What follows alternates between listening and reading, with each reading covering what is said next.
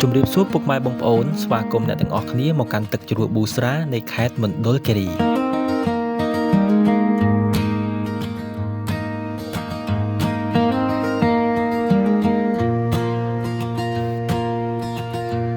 ទឹកជ្រោះប៊ូស្រាស្ថិតនៅក្នុងស្រុកពេជ្រដាខេត្តមណ្ឌលគិរីដែលមានចម្ងាយប្រមាណ43គីឡូម៉ែត្រពីក្រុងសែនមនោរម្យវាគឺជាទឹកជ្រោះដែលធំជាងគេនិងស្អាតជាងគេបំផុតនៅក្នុងខេត្តនេះទឹកជ្រោះនេះមិនត្រឹមតែជាកន្លែងកម្សាន្តប៉ុណ្ណោះទេប៉ុន្តែវាក៏ជាផ្នែកមួយនៃតំបន់ការពារធម្មជាតិដែលសម្បូរទៅដោយជីវៈចម្រុះនិងព្រៃឈើដ៏ខៀវស្រងាត់ដោយសពថ្ងៃនេះមានក្រុមហ៊ុនបានទៅអភិវឌ្ឍនៅទឹកជ្រោះប៊ូស្រាដូច្នេះសម្បត្តិចូលត្រូវចំណាយអស់ម្នាក់2000រៀលដើម្បីទ្រទ្រង់នឹងការប្រើប្រាស់និងការអភិវឌ្ឍផ្សេងនៅតំបន់នេះហើយសម្បត្តិ2000រៀលនេះត្រូវបានលើកលែងចំពោះក្មេងតូចពេលដែលបងប្អូនទិញសម្បត្តិរួចបងប្អូនអាចចូលទៅក្នុងបានហើយចូលទៅខាងក្នុងបងប្អូនជួបដំបូងគេនោះគឺកន្លែងលក់ខោអាវនិងសម្ភារៈផ្សេងនៅខាងមុខគេនេះឯងហើយភាគច្រើនគេហៅថាកូនផ្សារនៅក្នុងទឹកជ្រោះប៊ូស្រាដែលមានលក់ច្រើនមែនទែនបងប្អូនដូចជាសម្លៀកបំពាក់គ្រឿងតុបតែងគ្រឿងលេងគ្រឿងឧបករណ៍ផ្សេងជាច្រើនដែលបងប្អូនអាចដើរមើលបានដោយសេរីហួសកន្លែងលក់នេះបន្តិចបងប្អូននឹងឃើញរោងមួយដែលគេធ្វើបែបមូលមានដំបូលប្រក់ក្បឿងខាងលើហើយមានបងប្អូនជនជាតិដែលគាត់កំពុងតែអង្គុយដេញឧបករណ៍ម្យ៉ាងពីរោះរណ្ដំតែម្ដងដែលឧបករណ៍នេះមានឈ្មោះដូចម្ដេច admin ក៏មិនដឹងដែរអញ្ចឹងបើបងប្អូនដែលដឹងជួយ comment ប្រាប់នៅក្នុងវីដេអូនេះផងហើយសំឡេងឧបករណ៍នេះ admin នឹងឲ្យអ្នកទាំងអស់គ្នាស្ដាប់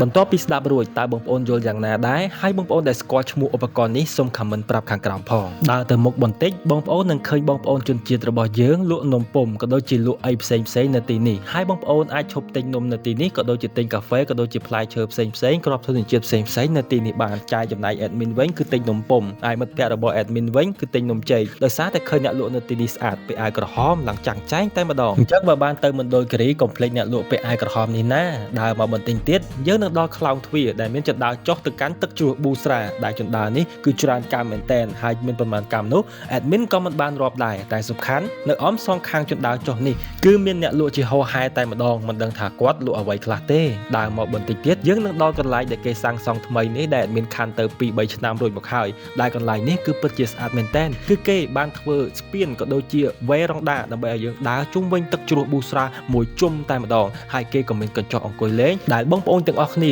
អាចអង្គុយក៏ដូចជាកំងអាហារនៅទីនោះបានដោយញ៉ាំអាហារបណ្ដើរយើងមើលទឹកជ្រោះធ្លាក់បណ្ដើរឬសូរតែឆ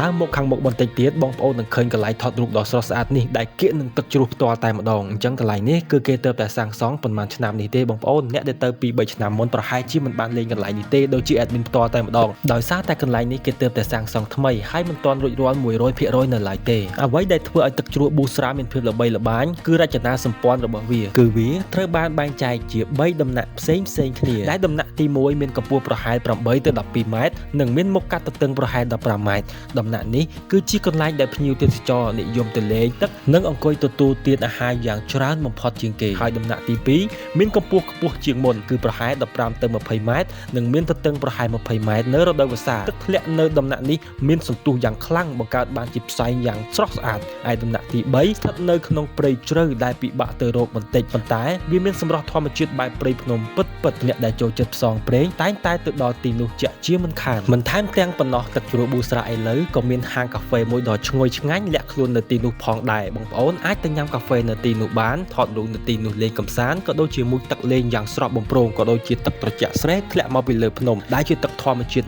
100%គ្មានជាតិគីមីផឹកកាហ្វេបណ្ដើរអង្គុយជុំគ្នាបណ្ដើរជជែកគ្នាលេងកម្សាន្តក្បែរទឹកជ្រោះបែបនេះថាតើនឹងមានអារម្មណ៍យ៉ាងណាទៅណោះនៅពេលដែលបងប្អូនបានមកដល់ទឹកជ្រោះប៊ូស្រាអ្នកនឹងទទួលបានអារម្មណ៍ស្រស់ស្រាយដែលដូចជាការមុជទឹកលេងកម្សាន្តដែលទឹកមានភាពត្រជាក់ស្រេបនិងថ្លាឈ្វេងការថតរូបនៅលើស្ពានឈើនិងកន្លែងថតរូបដែលមើលទៅឃើញទឹកធ្លាក់ទាំងមូលផងដែរស្វែងយល់អំពីវប្បធម៌ដែលនៅក្បែរនោះយើងអាចមើលឃើញបងប្អូនជនជាតិដើមភាគតិចជនជាតិភ្នងដែលមានលក់វត្ថុអនុស្សាវរីយ៍ជាច្រើននិងសម្លៀកបំពាក់ប្រពៃណីនិងកសិផលនៅក្នុងស្រុកដូចជាស្រាភ្នំនិងកាហ្វេមណ្ឌលគិរីជាដើមផងដែរចំណែកឯរដូវកាលដែលអ្នកគួរតែទៅកម្សាន្តមានដូចជាខែឧសភាដល់ខែតុលាទឹកមានបរិមាណច្រើននិងហូរខ្លាំងស័ក្តិសមសម្រាប់អ្នកដែលចង់ឃើញភាពអស្ចារ្យនៃធម្មជាតិប៉ុន្តែត្រូវប្រុងប្រយ័ត្នចំពោះផ្លូវរអិលបន្តិចរដូវប្រាំងពីខែវិច្ឆិកាដល់ខែ ខែមេសានេះឯងដែលទឹកហូរតិចជាងមុនប៉ុន្តែទឹកថ្លាខ្លាំងនិងមានសុវត្ថិភាពសម្រាប់ការងូតលេងក៏ដូចជាការធ្វើដំណើរឆ្លងកាត់ព្រៃភ្នំបានយ៉ាងស្រួលផងដែរដូច្នេះពេលដែលបងប្អូនបានឃើញវីដេអូនេះមានន័យថាបងប្អូនបានឃើញវីដេអូនេះនៅក្នុងកំឡុងពេលដែលទឹកថ្លាស្អាតបងប្អូនអាចនាំគ្នាទៅលេងបាននៅក្នុងខែនេះរហូតដល់ខែ4ឯណោះដោយសារតែខែនេះគឺទឹកជ្រោះប៊ូស្រា